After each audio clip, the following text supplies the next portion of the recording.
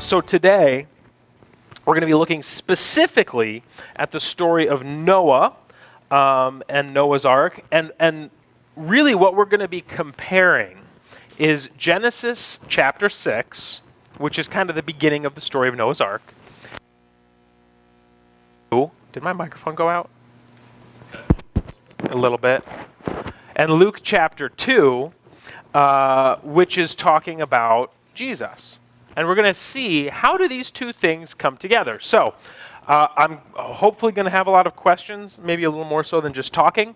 I think are there blanks to fill in? Yay! They're very small blanks, I believe, as well. Good luck. You can write on the side or put a piece of paper in there too. How small can you write? That's the challenge. Not very big. Not very small. It's a good skill to grow at. All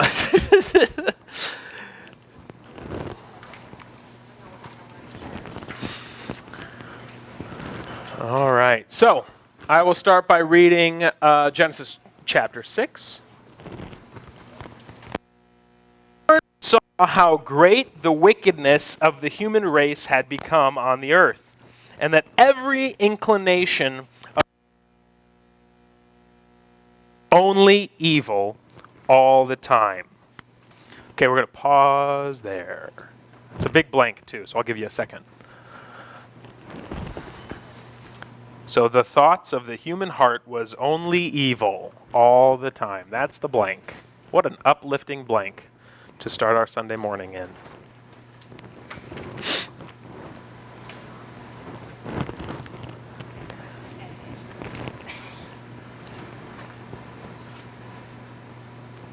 So, with where we are at in this part of the story of the Old Testament, we've got kind of creation is where the story starts. Then after creation, which we focused on last week, we have the fall. So that's where Satan comes and convinces Adam and Eve to eat the fruit. Sin enters humanity. You got Cain killing his brother Abel. And then you've kind of got this idea after that the world kind of just spirals into evil. And so that's where we get to in Genesis 6. When God created Adam and Eve, he gave them kind of a mandate, a decree. He spoke to them and told them how their lives on earth should look. And to paraphrase it, it's to be fruitful, to multiply, and to fill the earth with the glory of God.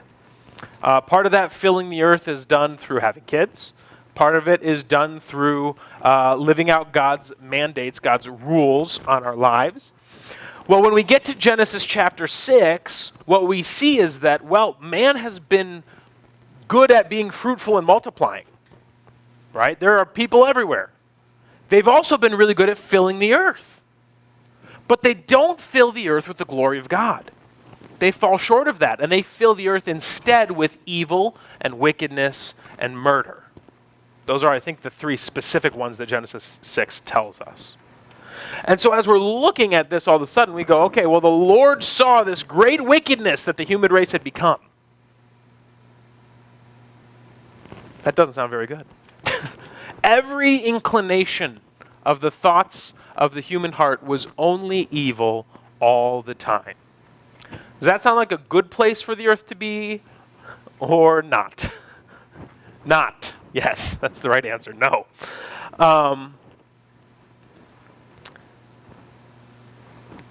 And this is where God calls Noah. In the middle of this type of world. And if you think, what's the value of living for God when the rest of the world doesn't? We're going to see that today. In fact, it's more valuable to live for God when the rest of the world isn't living for God. Because they can see you. They can see the difference in your life than in everyone else's lives. And they go, there's something different about those Christians. What is it? Well, as we're going to see here, it's that we're called by God and that we do what God tells us to do, even when we feel like total morons. And in Luke chapter 2, we're kind of comparing the two. Luke chapter 2 is the birth of Jesus in Luke. It's one of the more famous ones because people don't like the genealogy in Matthew, which I get. But in Luke 2, it says, "Glory to God in the highest, and on earth peace among men with whom he is pleased." So we're contrasting all of a sudden with Genesis. In Genesis, we've got a world that's full of wickedness. In Luke, the glory of God comes through Jesus being born, and on earth, there's peace with whom his favor rests. Does that sound different? Do those two things sound different? But there's a bit of a mirror here. And as we keep going, I hope we'll be able to see the mirror a little bit more detailed. All right, so God said to Noah, "I am going to put an end to all people, for the earth is filled with violence because of them. I am surely going to destroy both them and the earth. So make yourself an ark of cypress wood. Make rooms in it and coat it with pitch inside and out." All right, so we're in the middle of this wicked world, and God calls Noah.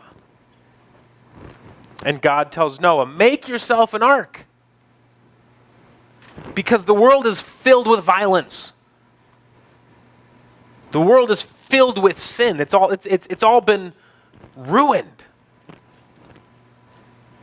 And God's like, "We got to do something about this. So make an ark." Now, there's a few things here. First of all, is to make an ark out of cypress wood.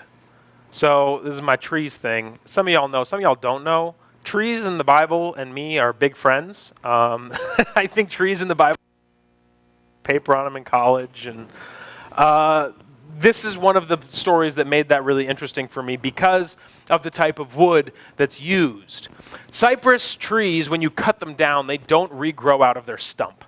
Most trees, when you cut them down, will regrow out of the stump. Cypress trees don't. And because they don't, they hold symbolic value in the Middle East, especially in the ancient Near East, kind of where this story takes place. So cypress wood, because it doesn't regrow out of its stump, is a symbol of death. It's often used, or was often used, for two things in the ancient Near East. One of them was for coffins, because it's a death wood.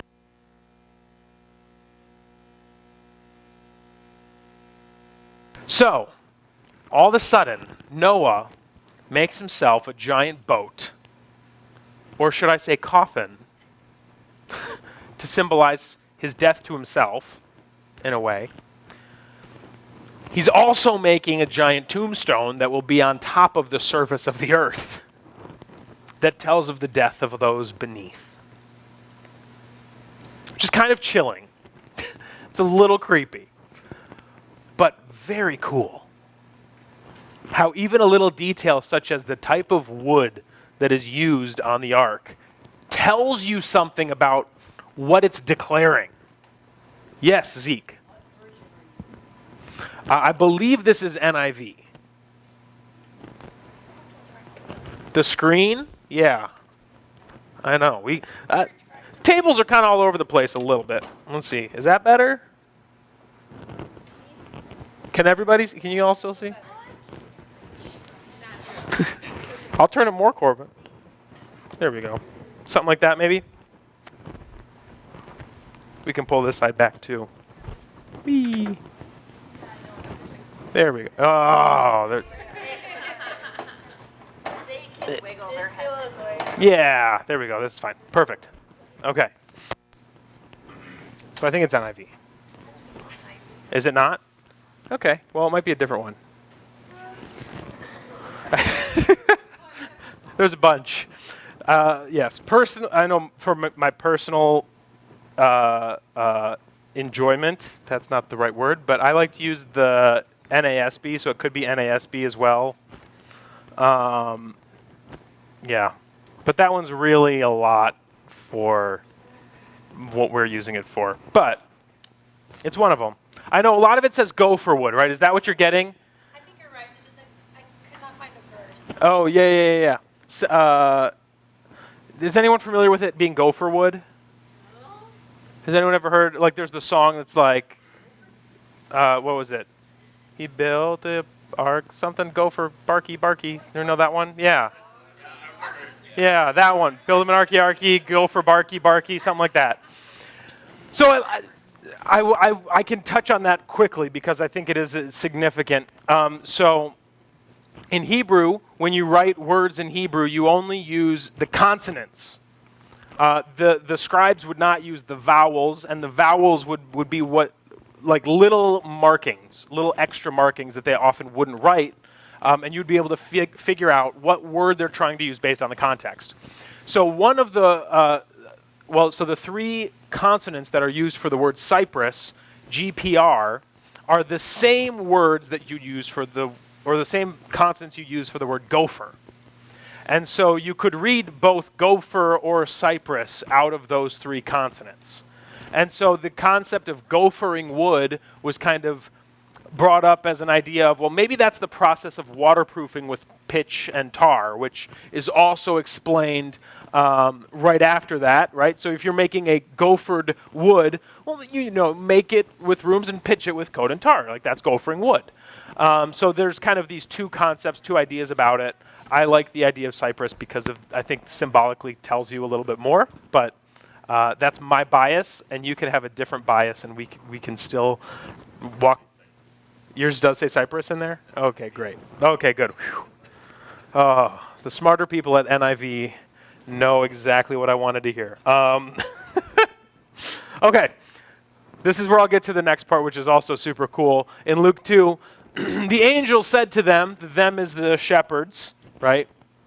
Do not be afraid, for behold, I bring you good news of great joy, which will be for all the people. For today in the city of David, there's been born for you a Savior who is Christ the Lord, and this will be a sign for you. You will find a baby wrapped in cloths and lying in a manger. So at the top of the slide, above Genesis 6, it says Tavah. Tavah, that's why there's an exclamation point, because it sounds like Tada. Tavah is the Hebrew word used for ark. It's also the same word used for manger. So suddenly, you've got a vessel that is holding the salvation of the world. Well, that's what's happening to Noah, right? Noah is the person that God chooses to save humanity from total destruction. God does the same thing with Jesus and says, hey, this is your salvation. In this, we're going to get to it next unit, but I can't help but say it. It's also the same word that's used for the basket that Moses is carried in. Your salvation is in this vessel. So suddenly, the ark's not just a boat, right?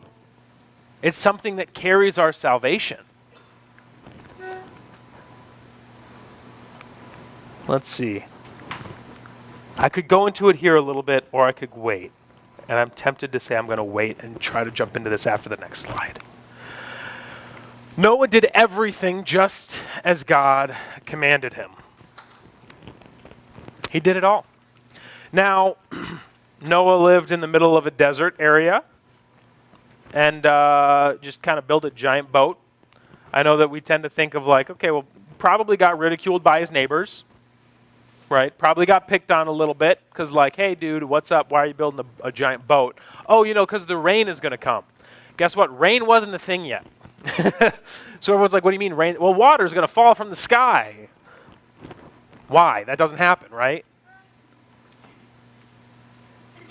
All of the sudden, bless you again, got to be on top of it. All of a sudden, Noah, bless you, Pam. Anyone else? We're good. Okay. I love it. All of a sudden, you've got Noah, who's been called out of this sinful world, being asked to do something that seems absurd to everyone around him. It makes sense that everyone would look at Noah and be like, dude, why? What's your deal? Why do you want to build a giant boat? That doesn't seem like it's the best use of your time or your money or resources to just build a boat in the middle of the desert. But Noah did everything just as God commanded him. He was faithful to do it. Luke 2. When the angels had gone away from the shepherds and into heaven, the shepherds began saying to one another, "Let us go straight to Bethlehem then, and see this thing that has happened, which the Lord has made known to us." So they came in a hurry and found their way to Mary, Joseph, and the baby as he lay in the manger. The shepherds were out in the middle of a field, doing their jobs, and some angels showed up, just in a similar sense of how God showed up to Noah. Angels show up and go, "Hey, there's this baby you guys got to go see." Okay, but like we've got a job to do.